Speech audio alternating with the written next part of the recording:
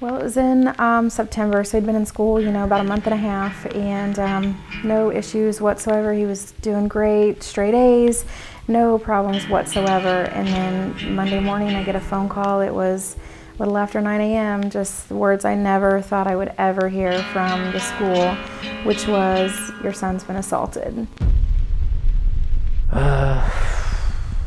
That day, yeah, I was just in my locker, and he just came up to me, shoved me, threw a punch, missed, and then just grabbed me from behind, threw me to the ground, and then hit me a bunch. I was out. The assistant principal said that he was blindsided, there was nothing he could do, and I asked to see the video, and about 10 seconds into it, I told him to shut it off and call the police.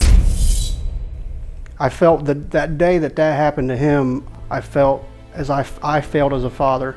It makes you feel horrible as a parent that we didn't give him the tools ahead of time to be able to defend himself. And that day he lost his innocence in my eyes, because he lost that innocent little kid that can be around crowds, be around people and feel himself. It made me feel like that I'm vulnerable, and I just felt less confident in myself. You knew it wasn't easy for him. He just, and still to this day, he's not really over it. He's not coped with it completely. I think it'll stay with him the rest of his life. I just want him to feel confident.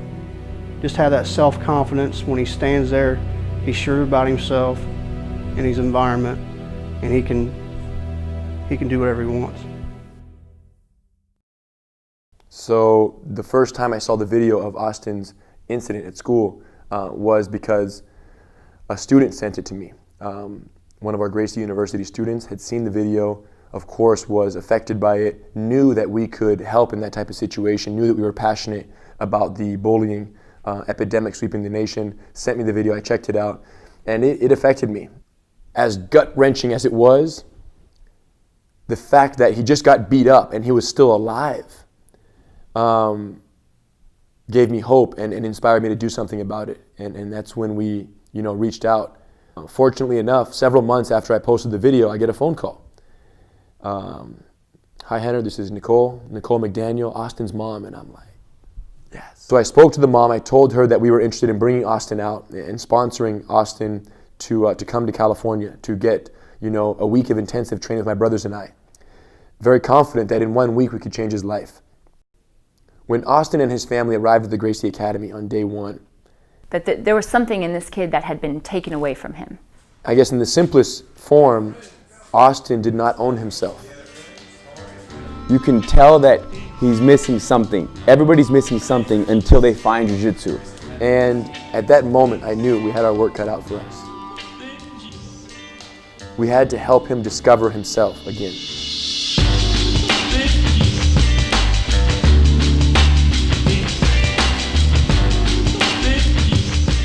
So day one, walking into the academy, all of us as a family were nervous. I was just really nervous to meet Henry, but when I met him, he was really nice about it. When we first got here, I could tell Austin was excited, but he was still reserved. And once I felt that they were comfortable with me, I got Austin his gi, took him in, handed him a gi. He didn't know what the heck to do with it. Yeah, Henry gave me a gi, and I was wondering what it was, because I'd never even seen one really. And he of course threw it on. I showed him how to tie his belt on day one, and it was very clear that he was very nervous and very uncomfortable in the Gracie Academy. Right off the bat, I laid him down and mounted on top of him, and I asked him, "How might you push someone off from here?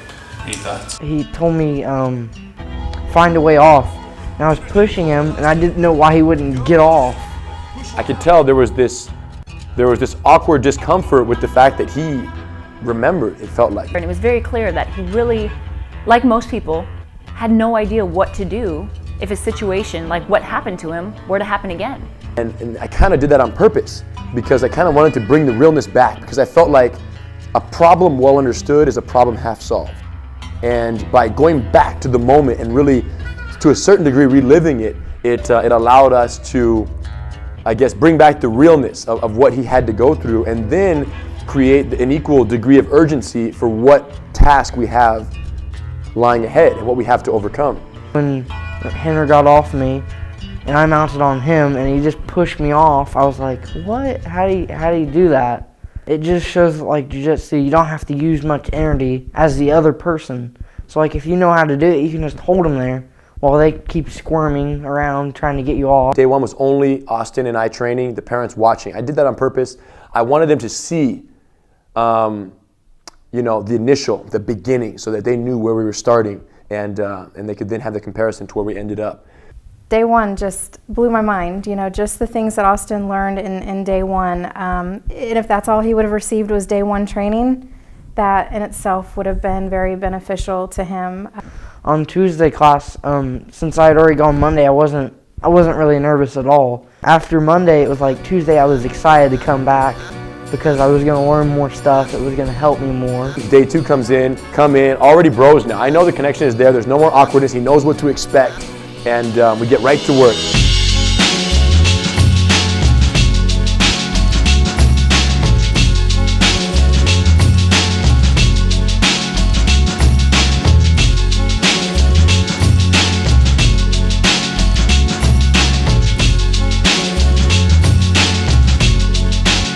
Day two, we decide that, you know, we really want to spend some connection time with Austin, with Matt, with Nicole.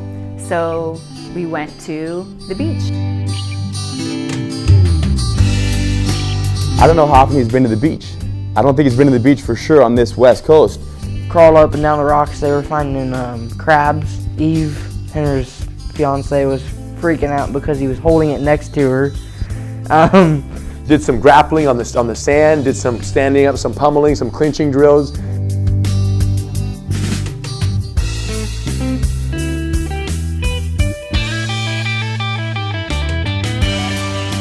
That was the first time I really got to connect with Nicole and find out from her perspective as a mother how this situation really felt to her.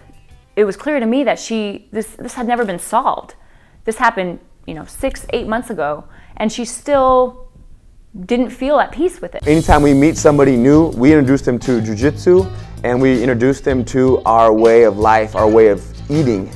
And he had acai for the first time. We did the acai. Amazing. Eve and I prepared it the way we do every day, and we shared it. I mean, amazing fruit, like very healthy. And they had the bowl, and they devoured it. I'm not a fruit and vegetable eater at all, but Henry made that acai, and it was good. Not only did he get introduced to acai, but he got introduced to the idea of eating foods that are good for you. Yeah, I will be back for the acai one day.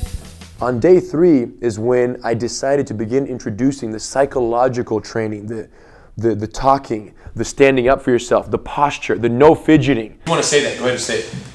Back on. It's pretty good. Did you believe yourself? No. We identified the problem, and that's when we got to work on rebuilding and essentially teaching him that the more you learn how to fight, the less likely you are to ever need to. You can blink after, but during the actual message, it's like this. Don't ever do that again. You have to teach him the self-defense concepts first for this idea of assertiveness and posture and strong confidence as a deterrent to bullying to take effect. You have to actually know how to defend yourself.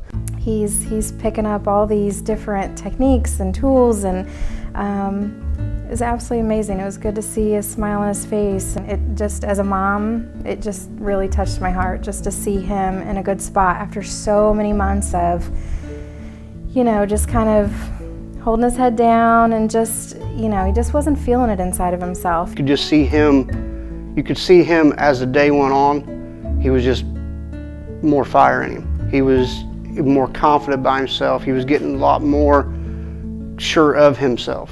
We also went go-kart racing with the Gracie family, and Austin was stoked. That's one of his favorite things to do. He absolutely loves it. We did 3 races. That was pretty intense. A broken voice, and his whole function shooting with palms to his conceit, and all for nothing, for nothing.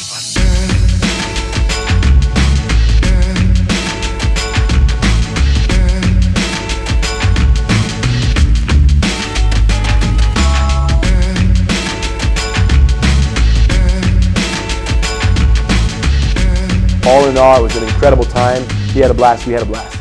Day 4, we went to Beverly Hills Gracie Academy. And training in Beverly Hills, we intensified it even more. We're connecting, intensifying, building.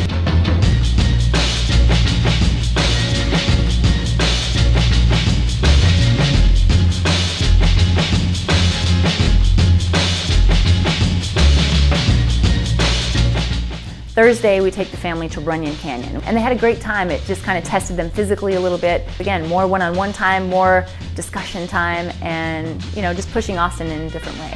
I don't think he's a big-time hiker, but I do think that when he got to the top, there was this feeling of like, okay, it's a little mini goal, it's a little mini accomplishment, and that's how you build confidence. It was a nice family atmosphere and a lot of fun. Friday, got up, back at Torrance, more training, and this is the day where we're thinking, okay, what do we have to lose? Let's turn it up, let's let them have it. And we intensified.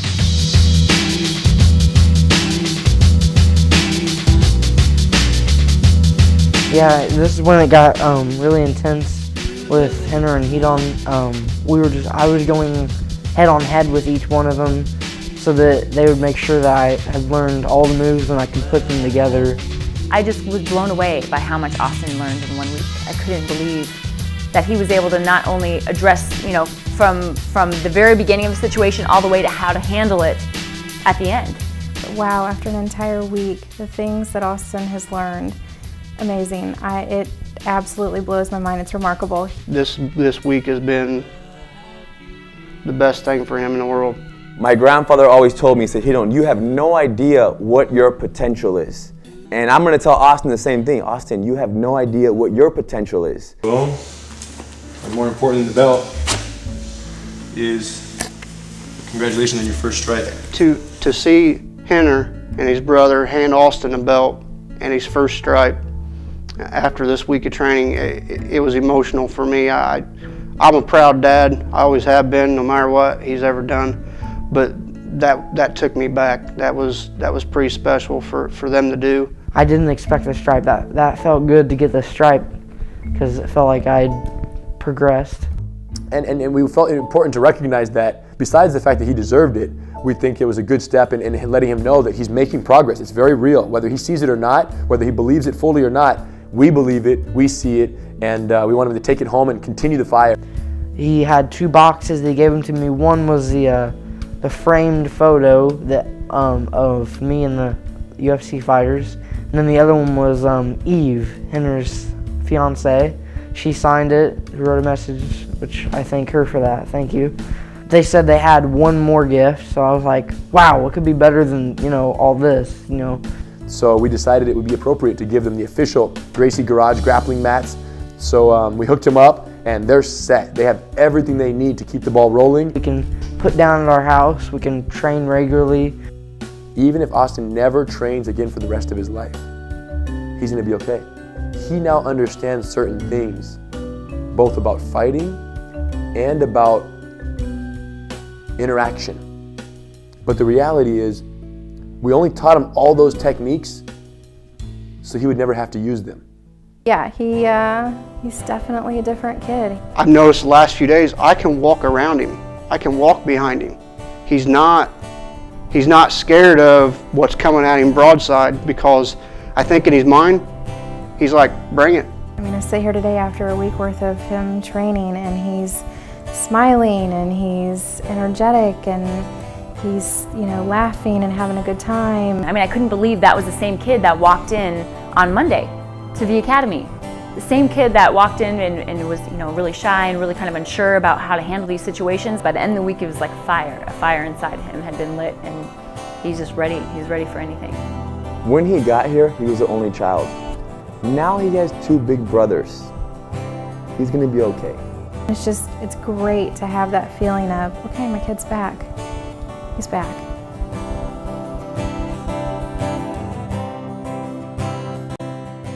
I guess, now the only challenge is, the hundreds and thousands, the millions of kids out there, who are in Austin's situation, who've had their kind of their dignity and their core ripped away by an aggressor against their will. So it's not a matter of the formula, it's not a matter of the method, it's not a matter of the objective and what we need to do for these kids, these targets of this harassment. It's just a matter of the message getting out there. I can ask for anyone out there who's watching this and you know, who also is passionate about, you know, putting an end to this bullying, you know, epidemic that we're faced with, is help me help them, you know, help us help them. And the way we do that is get the message out there that information like this does exist and it works. And that's it. I just think that, you know, literally every single time someone commits suicide due to bullying, it could have been stopped. So we have a lot of work ahead of us, but we're definitely covering some solid ground. And, you know, couldn't do it without my family, my fiance Eve, and you know, the rest of the crew here at the Gracie Academy. We're changing lives every step of the way, and we won't stop till I drop.